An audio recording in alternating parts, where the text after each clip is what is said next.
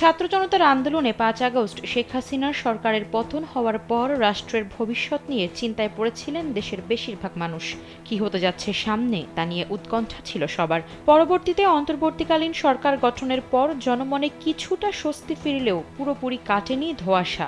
কতদিন থাকবে এই অন্তর্বর্তীকালীন সরকার আর কবেই বা হবে নির্বাচন তা জানতে চান দেশের অধিকাংশ মানুষ। এ নিয়ে তাদের মতামতও প্রকাশ করেছেন অনেকে।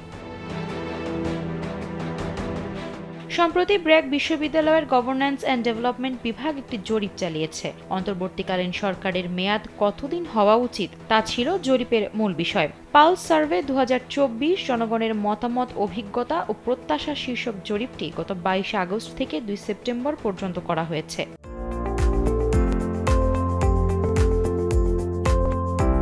জরিপে প্রাপ্ত তথ্য অনুযায়ী রাষ্ট্র সংস্কার সম্পন্ন না হওয়া পর্যন্ত অন্তর্বর্তীকালীন সরকারের মেয়াদ চান দেশের ৮১% মানুষ। অন্যদিকে ১৩% মানুষ মনে করেন অতি দ্রুত নির্বাচন দিয়ে ক্ষমতা ছেড়ে দেওয়া উচিত।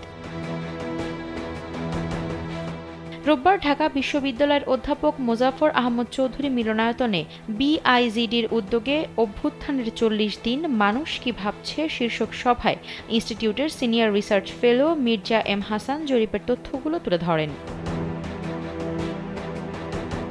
জরিপে উঠে আসে ৩৮% মানুষ মনে করে অন্তর্বর্তীকালীন সরকার ৩ বছর বা তার বেশি সময় থাকা উচিত। ৯% মনে করেন ২ বছর আর ৩৫% মানুষ মনে করেন কমপক্ষে ১ বছর থাকা উচিত ডক্টর ইউনূস সরকারের। জরিপে অংশ নেওয়া ৭১% মানুষ মনে করেন রাজনৈতিকভাবে বাংলাদেশ সঠিক দিকে যাচ্ছে, অর্থনীতি সঠিক দিকে যাচ্ছে এমনটা মনে করছেন ৬০% মানুষ। জরিপের ফলাফল তুলে ধরার পর প্যানেল আলোচনায় অংশ নেন সুশাসনের জন্য নাগরিক বা সুজনের সম্পাদক ডক্টর বদিউল আলম মজুমদার, ঢাকা বিশ্ববিদ্যালয়ের সমাজবিজ্ঞান বিভাগের শিক্ষক সামিনা লুৎফা সহ আরও অনেকে। আফসারা নাজ, কালবেলা।